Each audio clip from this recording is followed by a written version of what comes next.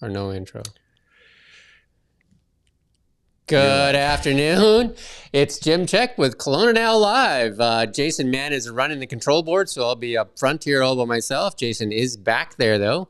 We're starting off with the this weekend. There will be a Rise Up with Alberta Trans Solidarity Rally, and that's scheduled to take place from 2 to 3 p.m. on Sunday at Stewart Park.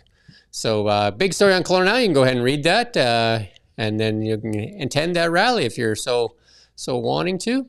Our second story, the RCMP has looked into the arrest of the Rebel News journalist David Menzies, but refused to release further information due to what it says is private concern about the officer involved. We reached out to see what the update was, to see if there was any disciplinary action on the officer that arrested David Menzies and then later released him without charge. So we're still following up, and we're going to see if we learn anything new.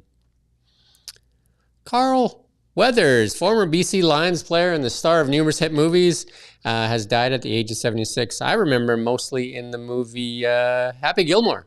He was the guy with the hand, right? The crocodile hand. Do you remember that, Jason? You know what? It's been so long. He was when he lost one hand to the crocodile. I'm going to have to go back and watch it again. I think at the end of the movie, the crocodile ate him. Sikhs may take self-defense upon themselves after shots fired at the BC home of an activist group. The spokesman for the group advocating for Sikh independence says a Metro Vancouver home was hit by gunfire on Thursday that belonged to a member of the movement. Surrey RCMP say multiple shots were fired in the home at the 2800 block of 154th Street in Surrey at 1:21 a.m. in what is believed to be an isolated incident. They say they're going to take their own protection in their own hands. Again, I think we mentioned this warning a couple days ago. If you're planning on venturing out into British Columbia's backcountry, it would be wise to stay informed about conditions and prepare for the possibility of an avalanche. This warm weather and combined with freezing in that will end up causing more avalanches in that backcountry. So take care. Sports. Our own Corvin went out to the first game there with the KSS Westerns. Owls earned a semi-final berth with a dominant performance. The 49th Western Canadian Basketball Tournament presented by Restoration by Trades kicked off yesterday and did not disappoint. Taking on the Holy Trinity Northern Knights, the Kelowna Secondary School cruised to a 93-72 win. That's a big score. 93 for high school basketball, that's pretty impressive. So they have a semifinal matchup against the defending provincial champions. Again, if you're looking for good basketball action, head down to the KSS gym.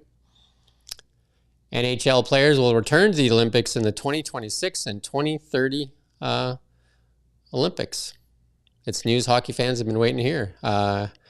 NHL Commissioner Gary Bettman formally announced today the NHL will return to the Winter Olympics. There you go. Who doesn't love good hockey? In the future is now kind of column, we have an interesting thing here.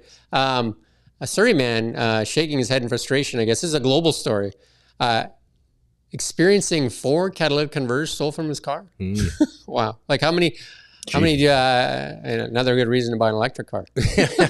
What's your ICBC rate at after that? Holy cow. Yeah, interesting for sure. I got a stat for you. Hit me. We were talking about EVs. Nowhere in North America is EV adoption higher than in British Columbia. That's in all of North America. EV adoption, the highest in British Columbia. We're number one with new EV sales, with the percentage of all vehicle sales, about 18% of all new car sales last year. 18% of all new car sales. And we're waiting for that final number for 2023. And it's expected to eclipse 1 in 5 new vehicles sold. That's pretty impressive for British Columbia. There you go. That's your news update for Friday at 4 p.m. Have a great weekend, and we'll be back on Monday morning at 9 a.m.